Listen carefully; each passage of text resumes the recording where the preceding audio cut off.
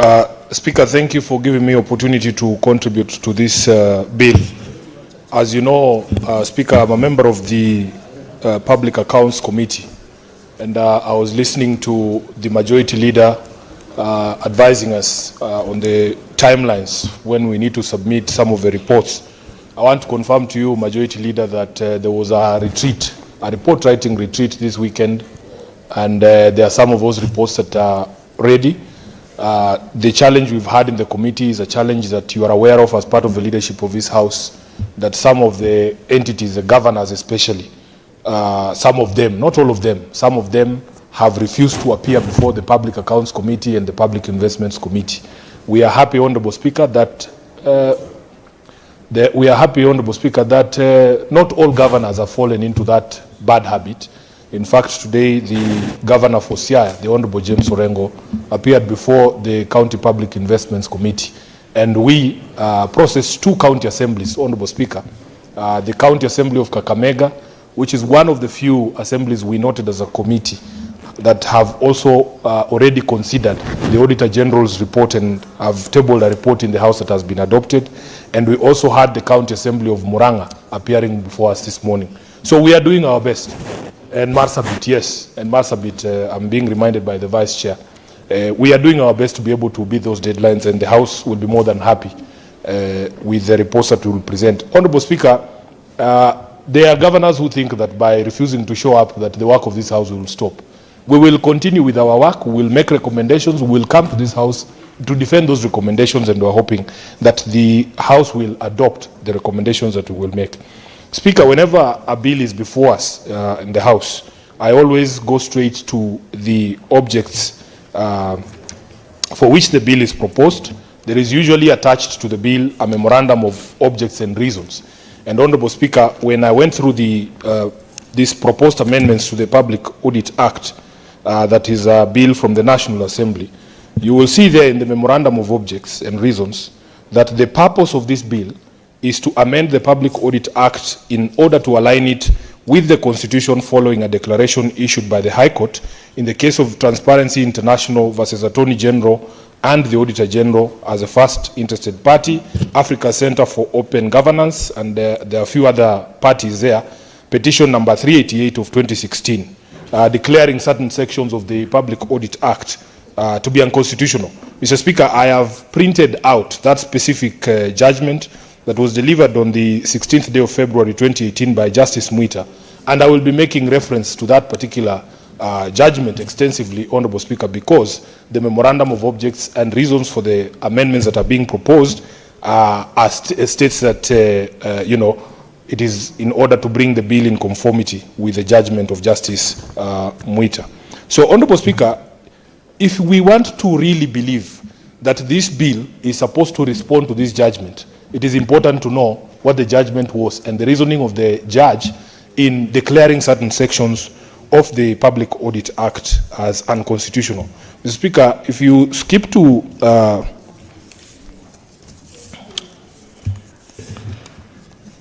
if you skip to paragraph 76 of the judgment, this is where the judge turns to answer the issues raised in the petition. And Honourable Speaker, the first issue that was raised in court was that subsection 2 of the then section 4 had defined the Auditor General as a statutory head, which in ordinary circumstances, in the wisdom of the judge, reduced a constitutional office, because we know the Auditor General is a constitutional office, is one of those independent offices under the Constitution, to a statutory one.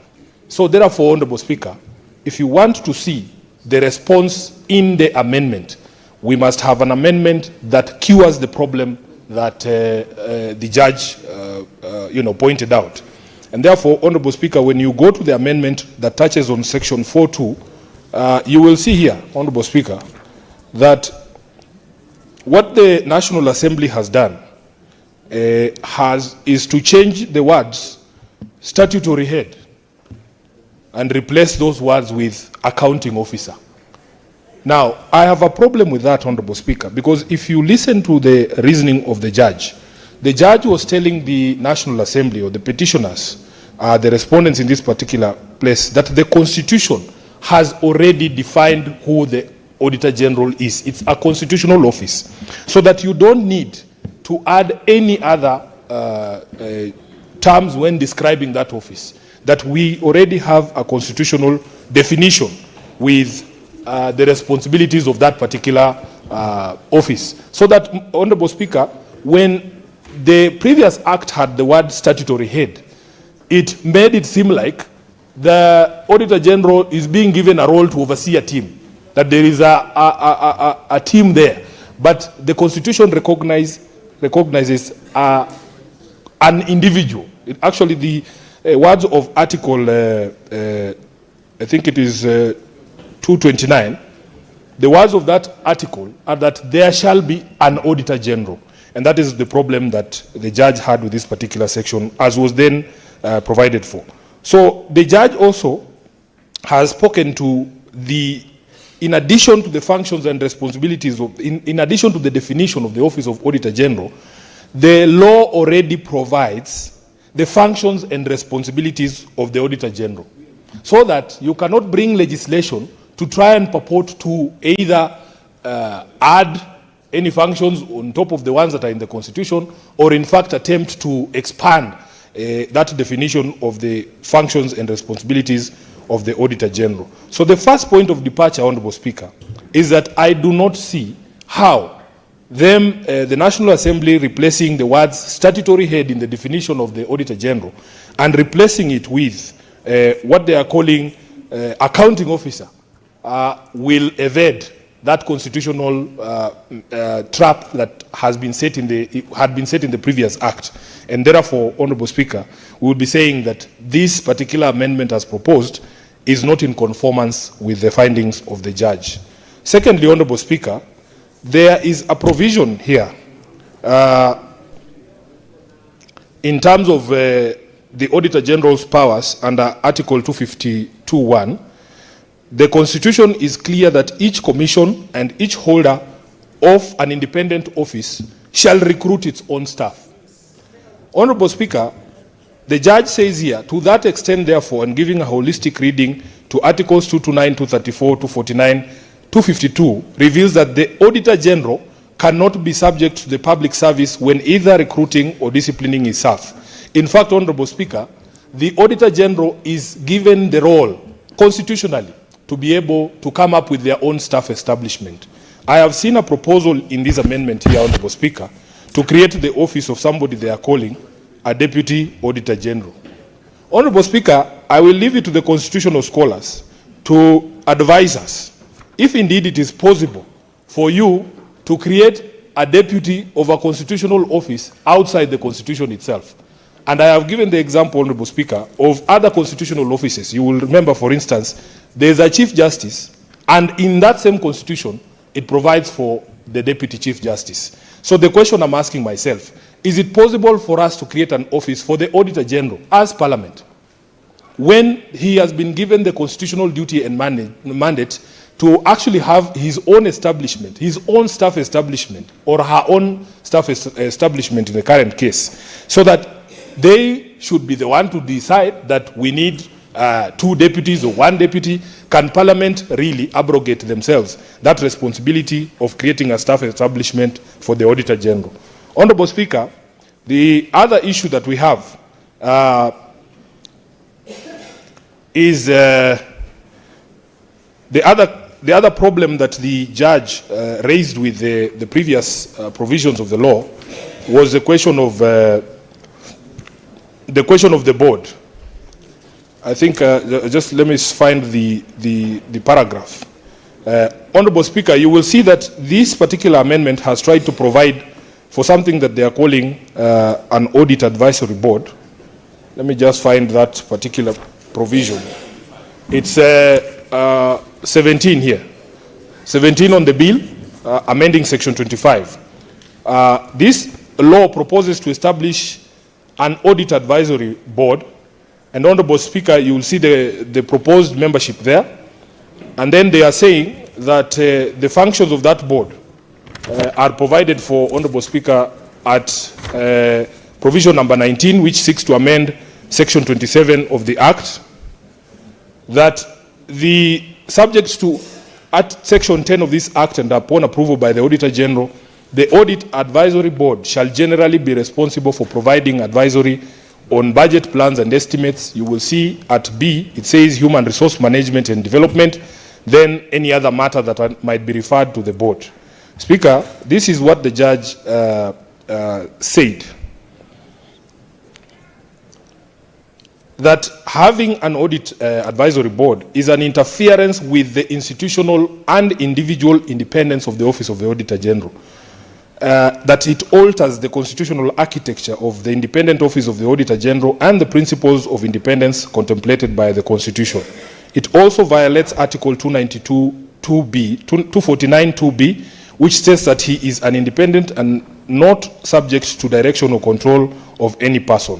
There can be no doubt that the function of the Audit Advisory Board to advise the Auditor General in the performance of his functions under the Constitution violates the constitutional values and principles of independence of the Auditor General in Articles 229 and 2492. So, if indeed this bill was brought in order to conform with this decision of the High Court, my argument is that, Honourable Speaker, we needed to do away entirely with that Audit Advisory Board, because as the court has observed, Honourable Speaker, it interferes with his institutional and individual independence as an independent office in the Constitution. So therefore, Honourable Speaker, that particular section for me has to go. And I'm hoping that when we come to the Committee of the Whole at some point, we shall have amendments to this bill to align it properly with what is stated as the objective in the Memorandum of Objects and Reasons. So, Speaker, let me move to another issue that I wanted to raise with the bill. Not everything is doom and gloom, but because they expressed it as a bill to conform with this particular judgment, we have to make sure that it complies. Otherwise, it will suffer the same fate. Speaker, I am very happy. There's a provision there under Clause 26 of the bill that now grants the Auditor General independence in terms of initiating forensic or investigative audits. When people appear before us at the County Public Accounts Committee, sometimes, Honourable Speaker, we see a need for forensic audits, especially where there is grave suspicion that public money has been lost. The previous law was that forensic audit could only be initiated from a request by Parliament or from Parliament. So the Auditor General could not undertake forensic audit on their own. They had to get a request from Parliament and its committees for them to initiate that. What this is doing is that it is giving the auditor a free hand. So the new section there says the Auditor General may, on his or her initiative or upon request, conduct forensic or investigative audits. And the removal of the word Parliament after request opens it up, Honourable Speaker, to request from other agencies, not just Parliament, and that they can do it sui motu or on their own accord. Honourable Speaker, there is also provision under Clause 28 for the Auditor General to conduct compliance audits to examine whether a public entity has complied with relevant laws, regulations, and policies. That is important because it is not just about money and the financials. These are what we call compliance. Compliance audits are compliance with laws. And the best example I can give you, Honourable Speaker, is that, I'm the SG of ODM. We also have compliance audits by the Office of the Registrar of Political Parties. And the last one that was conducted on all political parties in Kenya, the report from the ORPP states that ODM is the only political party in Kenya fully compliant with all the laws that govern the operations of political parties. And I'm very proud of that, Honourable Speaker. I don't want to mention any other party. I can see the way the Speaker is looking at me. I might get into trouble. Honourable Speaker, at 38C there, it also provides that the Auditor General may conduct any other audit that she or he may deem necessary for the better carrying out of his function. So those are provisions that I find are going to be very, very useful. There is provisions of timelines at Clause 29, which proposes to amend Section 39 of the Principal Act, giving us 6 months after Parliament or the County Assembly has made recommendations. So, for instance, Speaker, we made recommendations here to county governments. And in fact, the process that we've been doing right now is to follow up on those recommendations. And Speaker, you will recall that we as a Senate had to pass a special motion for us to be able to continue to engage with these entities, for instance, the county governments, for them to give us follow-up on recommendations. Now here they have been given a period of 6 months that they have to, within those 6 months of the recommendations being passed, they shall submit a report to Parliament, now to us, on how it has addressed the recommendations of previous year's audit. And this is a matter that I believe is going to be helpful in terms of aiding transparency and the work that we do, both as a Senate and specifically as the County Public Accounts Committee and the PIC. Then, Honourable Speaker, another issue here is at Section 43, one of the issues that the public has really been raining on us, not just as the Public Accounts Committee, but also as a Senate, is that we make all these good recommendations, Honourable Speaker. They can see we are doing our oversight, Speaker, but then they ask, where is the output? Because we have struggled to explain to them that we also depend on other agencies for us to be able to bring, say, rogue governors to heel. You are aware that we had to summon the IG of police, for instance, before the Public Accounts Committee and ask him to give the assurance that if Senate wants or requires the presence of a specific governor, that his office is going to be able to deliver. Sifuna, as Senator of Nairobi, I have no powers of arrest. That's not to mean some of these governors, I don't have the desire to arrest. If I had those powers, Honourable Speaker, some of these people would be in jail. But we depend on other constitutional offices. So if you see clause 43 there, it says where the Auditor General establishes that any person, supplier or audited entity has been involved in fraud or corrupt practice, the Auditor General may collaborate with other investigative, enforcement, regulatory and oversight agencies, including the National Police Service, Ethics and Anti-Corruption Commission, ODPP, and Public Procurement Administrative Review Board, and even the National Treasury for their action. This, I believe, is going to help us, Honourable Speaker, because previously the reports of the auditor just come to us as Parliament. Then we make those recommendations.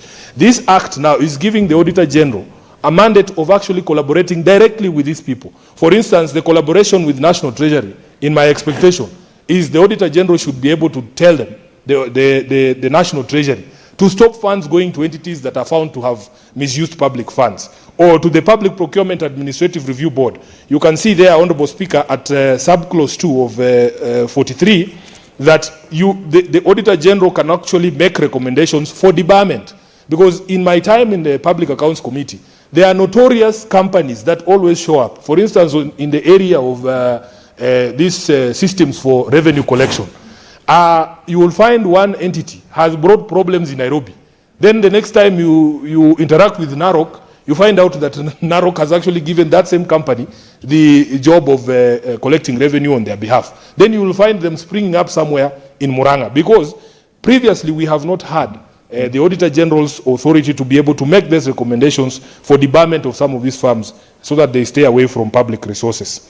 Then, Mr. Speaker, I think those are the ones that I have identified as positives, but we will be hoping that we can have conversations about the negatives that I have pointed out, especially stemming from the judgment of the High Court, so that we actually align this act with the judgment. Our biggest fear, Honourable Speaker, as people sworn to defend the Constitution, is certain pronouncements, especially from people in executive authority, both at the national and county levels, castigating these independent offices. Speaker, we have had words being thrown by very senior individuals in this country, at Margaret Nyakango, for instance, at the Office of the Auditor General, at the Office of the Control of Budget. And we fear sometimes when we see such legislation, Honourable Speaker, that there could be a motive to either stifle the operations of that office, to cripple them, or to be able to control them for some reason. Because you will see, for instance, that advisory board, Honourable Speaker, one of the issues that was raised even in the petition and in the judgment is that it was very heavy with, national government officials. In fact, the court had a problem with the Attorney General being a member of that advisory committee, because, as you know, the Office of the Attorney General is also subject to audit by the Office of the Auditor General. So we have reason to be skeptical because some of the headlines that we have been seeing coming from the control of budget are not very flattering to the executive. For instance, when we saw the reports on the Social Health Authority and the billions of shillings that she's pointing out, or Talanta Stadium, we have to be very careful, because we are sworn to defend the Constitution, that some of these amendments don't come or don't end up fettering on the independence of these offices. Senator Enoch.